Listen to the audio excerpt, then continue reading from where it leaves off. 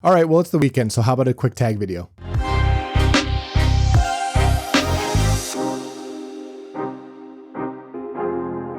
Hey guys, welcome back to the channel. My name's Theo. Thanks for hanging out. Today, I'm just doing a quick 20 questions book tag video. I was tagged by my good friend Bookish Chaz. I'll go ahead and leave a link to his channel and his video in the description. So please go ahead and give him a follow if you haven't already. But let's go ahead and get into this. The first question is, how many books is too many books in a series? Well, I'm a huge proponent of trilogies. I'm a big fan of trilogies and even the odd quartet. Duologies aren't something that we see a whole lot of, even though there are the odd ones, in the YA genre particularly. But in fantasy, which is what I read typically, especially in the last little while, it's not uncommon to have these 10, 12, 15 book series. And while those can be really rewarding and special to go on that long of a journey, they do take a lot more commitment and they can be a little bit intimidating and daunting for some people. If you read, let's say, one of those books or even two a month, you might end up with some burnout or maybe forgetting in the later books what happened in the first ones. We end up fitting in what we call these palate cleansers and stuff like that. So my sweet spot is a trilogy or a quartet. And when I can, I plan for these long series and make sure to give myself enough time to kind of commit to that journey. But yeah, my sweet spot, definitely a trilogy and the odd quartet. Question number 2 is, how do you feel about cliffhangers? I actually don't mind cliffhangers. I think they are a good technique to keep people interested and obviously, to keep readers engaged and wanting to continue reading in the story. That being said, I think I'm a little bit more of a fan of cliffhanger chapters versus cliffhanger endings on books. And when I think cliffhanger, I think a true cliffhanger, a fade to black in the middle of a scene. Oh my God, we don't know what could possibly happen next. We have no idea, tune in next week type of thing. So if we're in the position of having to wait for, a book to be published, that can be a little bit tough to swallow, but it's entertaining. I don't mind cliffhangers. Again, I'm a big fan of cliffhanger chapters versus maybe cliffhangers at the end of books. Question number 3 is hardcover or paperback? This is probably a pretty common answer with book nerds, but I love the way hardcovers look. I love to collect hardcovers. If there's a particular book or series that, has become a favorite or that I think might, maybe I'll go out and buy a signed copy or a first edition printing if it's an older book, or maybe a special edition, an anniversary edition. I like those kinds, but I actually prefer to read out of a paperback. I don't like the mass market paperbacks, even though they're perfect for taking traveling and you can, fit them into a bag and you can kind of trash them and they're fine. If I were to lend out a book, it would be a mass market paperback probably. But if you catch me reading on a hard copy at home, it's probably going to be a trade paperback. I love those big, floppy trade paperbacks that really are durable and kind of soft, and you can play with them and open them and they sit nice and they just feel good in the hand. I don't like anything too small or anything too big. Trade paperback is my sweet spot. And I will say I'm reading more and more on my digital, on my e-reader than I ever have before. So again, if it's on the shelf, it'd be nice to have a hardcover. They're just too expensive to have everything in hardcover and I don't have the space for that. But if you catch me reading on the couch and it's not my e-reader, it's probably going to be a floppy paperback. Question number 4 is a favorite book. I think I'll go with a book that I've read in the last few years, and that would probably have to be A Man Called Ove by Fredrik Backman. I really enjoyed this one. It was my first taste of Fredrik Backman's writing.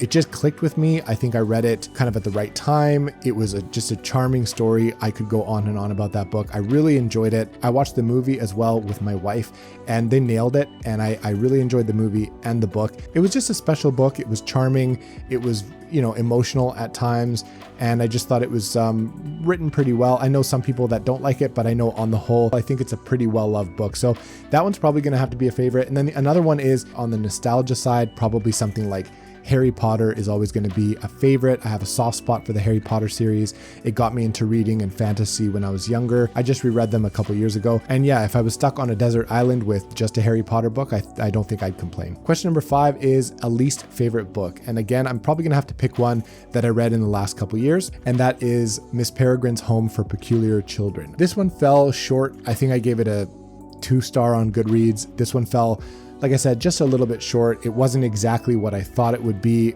It is fantastical, a little bit of portal fantasy, magical realism, whatever. It might have been targeted a little bit more YA or middle grade than I thought. The ending didn't really do much for me. It was kind of a little anticlimactic. It didn't really deliver on what I thought it would be. I haven't watched the adaptation or the movie or anything like that. So yeah, just the book, it it kind of fell short for me. Question number 6 is love triangles, yes or no? I don't know. They're not really my jam. They're not a trope that I enjoy. I wouldn't seek out a book for the love triangle, but there are times where it's done really well. I think in the fantasy, genre, it can be hit or miss. More often than not, it's a miss for me. So I'm not gonna hate a book because it has a love triangle in it, but I could do without it for sure. Question number 7 is the most recent book you just couldn't finish. This goes back to about Halloween last year. For some reason, I just couldn't finish Ray Bradbury's Something Wicked This Way Comes. The cadence of the writing just didn't click with me. It was definitely poetic. I know that he's written some other books like Fahrenheit 451 or whatever that book's called. He's written some other ones that are kind of written differently, like they don't really feel like the same author, but I know that people really like his writing, and I know that people particularly like Something Wicked This Way Comes for a lot of the reasons why it just didn't click with me. And I don't know if it's the author or the writing, or maybe I just wasn't vibing with the way the story was being told. I didn't find it particularly spooky or anything. I got about halfway, maybe even 2/3 before I stopped. And I think I'd probably go back to Ray Bradbury, particularly around Halloween time. The next Bradbury book I'll pick up is probably going to be Fahrenheit 451. So I don't know, if you have different experience with him and you think I should give him another shot, maybe let me know. But that one, for some reason, I just couldn't finish it. Question number 8 is a book you're currently reading. Oh man, I'm so excited. I'm doing my first channel read along. You guys already know that. It's Empire of Silence by Christopher Rocchio. I'm currently reading that right now. I'm really enjoying it. People are chatting about it in the Discord. A bunch of people that are not even in the Discord are also reading along, and I'm getting messages and stuff on Instagram. So that one's awesome. I'm reading that as we speak, and I can't wait to maybe do a book a month until the next one comes out at the end of this year. So far, Empire of Silence, awesome. Question number 9 is the last book you recommended to someone. Not that long ago, I recommended to my friend Jack in the Book Stack. If you haven't checked her out, please go ahead and do so. I'll link her in the description as well. But I recommended to her Nevernight. She doesn't read a whole lot of fantasy. She was also looking for books with strong female leads and a couple other things. And so she actually really ended up liking Nevernight. She bought the other 2. And I don't think she liked the other 2 quite as much. There were some twists and revelations and some tropes and stuff that I thought she would appreciate. And I think she did on the whole. Again, she didn't like the last 2 books as much as she liked the first one. But yeah, I did recommend that one to her. And she in turn recommended to me something outside of my comfort zone, which is Verity by Colleen Hoover, which is kind of a cool thriller with some other, stuff that I don't typically read, but I am going to try and fit that one in. I don't think it's going to work this month, but probably next month. I do have the audiobook queued up for that. So another one is I'm trying to get my wife to read the Warlord Chronicles. She's British. I think she's more familiar with the legend of King Arthur than I ever was. And I think she would appreciate this in the way that it's told and the writing and, less fantasy, more historical fiction. I think she would vibe with this one, to be honest. So I'm trying to get her to read The Winter King. Question number 10, the oldest book that you've read by publication date. That would have to be The Great Gatsby, written in 1925, which I didn't love as much as people seem to.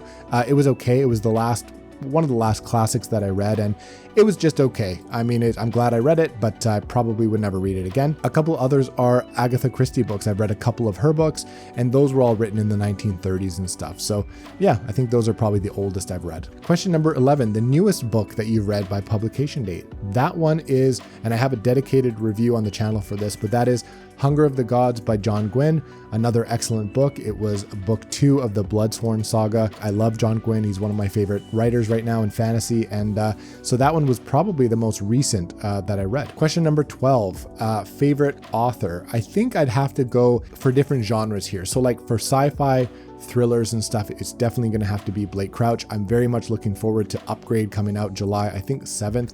I didn't include that in my TBR and I kind of missed it. I have been anticipating it quite a bit, but I think I'm going to fit it in when it comes out. I think I might be able to shift a couple things around a little bit and fit that in because I love Blake Crouch. His books are always really fun, fast page, page turning thriller type books. And there's a bit of science in there, a little bit of thought provoking themes and stuff. And I can't wait for him to come out with another one. So Blake Crouch, definitely sci-fi thrillers.